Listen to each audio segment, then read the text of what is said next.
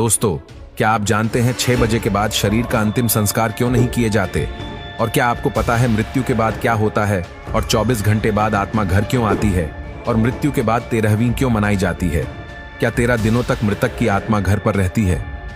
Number 1, मौत से कुछ घंटे पहले इंसान के पैरों के नीचे से और सोल चक्र डिस्कनेक्ट हो जाते हैं। मतलब इंसान का धरती से कनेक्शन टूट जाता है और पैर ठंडे पड़ जाते हैं। नंबर 2, मरने के बाद इंसान का उसका संपूर्ण जीवन जन्म से लेकर मृत्यु तक फ्लैशबैक की तरह स्पीड से दिखता है। अकॉर्डिंग टू साइंस ये सपना लगभग 7 मिनट का होता है। उसके बाद ब्रेन शट डाउन हो जाता है और अंत में इंसान अपनी सुनने की शक्ति खो देता है, जिसके बाद ऐश कॉल टूट जाता है, जो कि एक तरह से शरीर और आत्मा का कनेक्शन है, जिसके टूटने से आत्मा शरीर से मुक्त हो जाती है। नंबर 3, लंबे समय से शरीर में रहने के कारण वो बॉडी को छोड़ने से मना करती है। वो फिर से बॉडी में प्रवेश करने की काफी कोशिश करती है, लेकिन वो असफल रहती है। जैसे हमारे लिए किसी की मृत्यु को स्वीकार करना मुश्किल होता है, वैसे ही आत्मा भी शरीर की मृत्यु को मानने से इनकार करती है। नंबर 4, शरीर छोड़ने के बाद आत्मा बॉडी के 15 फीट ऊपर हवा में तैर रही होती है।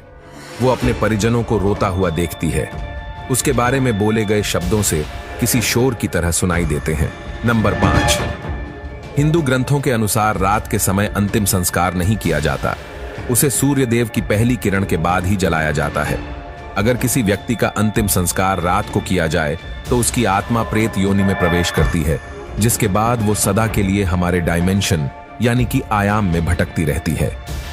नंबर 6, मृत्यु के बाद शव को एक पल के लिए भी अकेला नहीं छोड़ा जाता। अगर शव को रात भर घर में रखा जाए तो संपूर्ण परिजन रात भर शव के पास जागते हैं। एक बार एक गांव में एक शव को कुछ पलों के लिए अकेला छोड़ दिया गया, जिसके बाद बाहरी प्रेतों ने उसके ऊपर कब्जा कर लिया और मृत बॉडी ने पूरा गांव जला दिया। गांव में हनुमान जी का एक मंदिर था। मरी हुई बॉडी जैसे ही हनुमान जी के मंदिर के सामने से गुजरी, उन आत्माओं ने हनुमान जी की मूर्ति देखी और फिर डर कर उस बॉडी को छोड़ दिया। तब से लेकर आज तक कोई भी डेड बॉडी को अकेले छोड़ने की गलती नहीं करता। नंबर 7, अंतिम समय में 2 यमदूत आते हैं।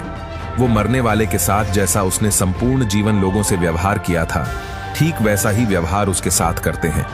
अगर मरने वाला अच्छा आदमी है तो इजीली प्राण त्याग देता है, परंतु वो पापी है तो यमदूतों के टॉर्चर से वो तड़प तड़प कर मरता है। नंबर 8, जिसके बाद आत्मा को एक प्रकाशमय गुफा से होते हुए यमदूत यमलोक लेके जाते हैं। रास्ते में वैतरणी नदी पार करते हुए आत्मा को जाना होता है। ये नदी आग से लथपथ होती है। जिसने अच्छे कर्म किए हैं वो इजीली इस नदी को पार कर लेता है, लेकिन अगर कोई पापी व्यक्ति है तो उसे काफी पीड़ा भोगनी पड़ती है। नंबर 9, उसके बाद उस आत्मा को यमराज के सामने खड़ा कर दिया जाता है।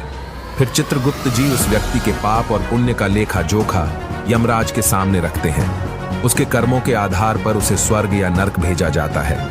गरुड़ पुराण के अनुसार कुल 36 प्रकार के नरक है। यहाँ बताई गई यातनाएं किसी की कल्पना से भी खतरनाक है।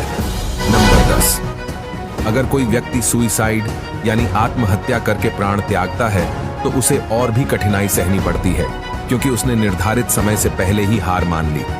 यह शरीर हमारा नहीं है, ये किराए का मकान है जिसे कुछ समय के लिए यूज करने के लिए मिला है। ये मिट्टी का है और एक दिन मिट्टी में ही मिल जाएगा। नंबर 11, गरुड़ पुराण के अनुसार हमारे वास्तविक जीवन में किए गए हमारे कर्म ही हमें नरक दिलाते हैं। उसके बाद अगर कोई साधु या तपस्वी है तो उसे मोक्ष की प्राप्ति हो जाती है। नंबर 12, सबसे बड़ा सवाल, ये सब बातें हमें कैसे पता?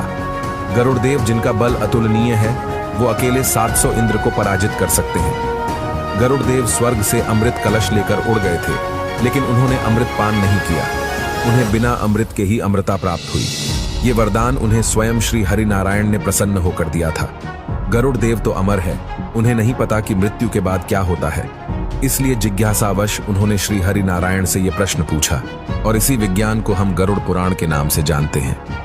भगवत गीता में श्री कृष्ण ने कहा था, आत्मा न तो पैदा होती है और ना ही वह मरती है। वो तो सिर्फ वस्त्र की तरह एक शरीर से दूसरे शरीर में प्रवेश करती है। मृत्यु तो केवल शरीर की होती है, आत्मा की नहीं। ये जीवन मृत्यु का चक्र यूं ही चलता रहता है। इसीलिए don't die before you are dead, मरने से पहले कभी मत मरो। अंतिम समय में राम नाम सत्य है, इसीलिए कहा जाता है क्योंकि वही संपूर्ण जीवन का सार है। अगर आपको यह वीडियो पसंद आया तो चैनल लाइक शेयर कमेंट्स और सब्सक्राइब जरूर करें ताकि आप सबके लिए नए वीडियोस उपलब्ध कराते रहेंगे। हमारे चैनल को सर्च करें। चैनल का नाम गायत्री शक्तिपीठ राजनांदगांव है। आप सबको इस चैनल को देखने के लिए बहुत धन्यवाद।